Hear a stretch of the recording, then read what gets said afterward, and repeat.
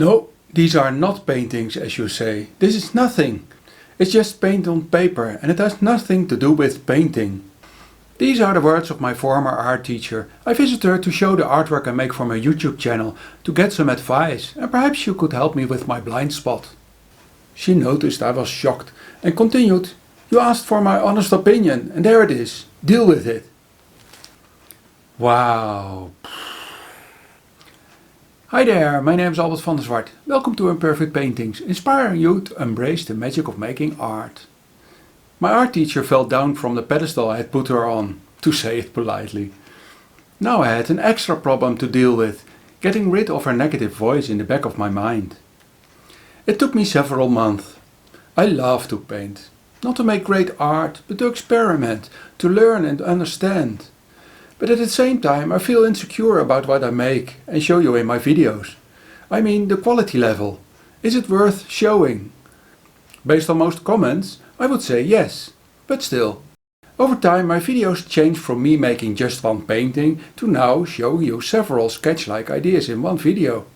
Especially in videos about the style of an artist or when I do creative experiments, showing just one painting won't do the trick. This shouldn't have to be a problem in itself, but my channel isn't growing as expected, what fuels the negative voices in my head. In 2020 COVID happened and all museums were closed, cutting off my main source of inspiration, real art. To look at it, sensing it, being with it for a while, walking away from it and coming back again. Nothing can replace this. A picture on my computer screen only shows how it looks and takes me to my head instead of my heart.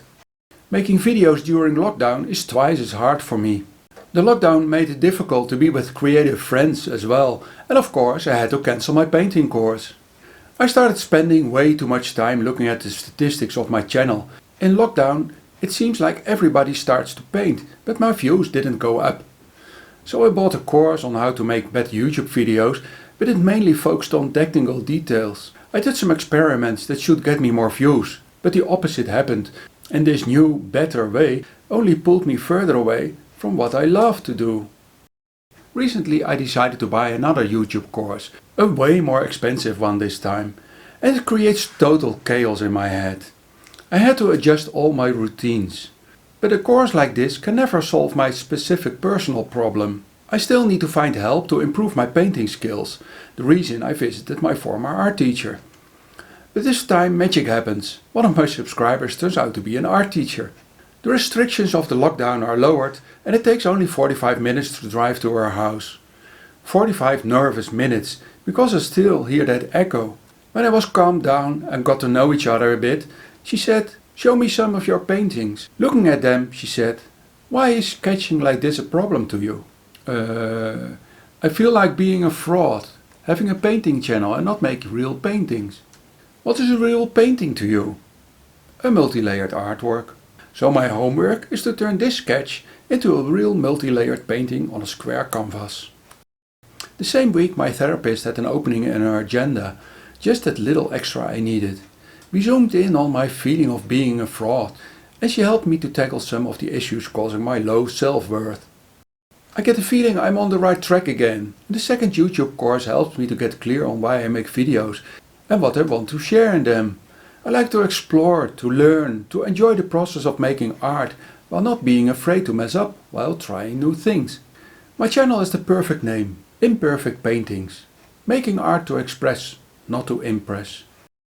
Taking more time to make my painting and waiting for the paint to dry before continuing is nice. I even get the idea the painting itself is also happy with this way of working. Some of my sketch-like paintings radiate the energy of a straw fire. It's nice to look at them for a few seconds and perfect to create, to show or to explain something.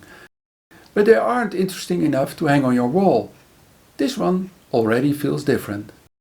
But making a multi-layered painting takes time.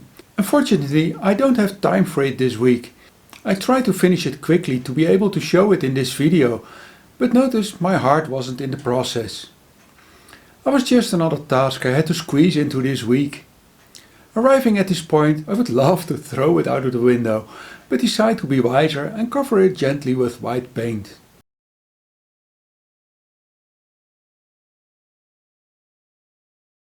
While making my painting I look back.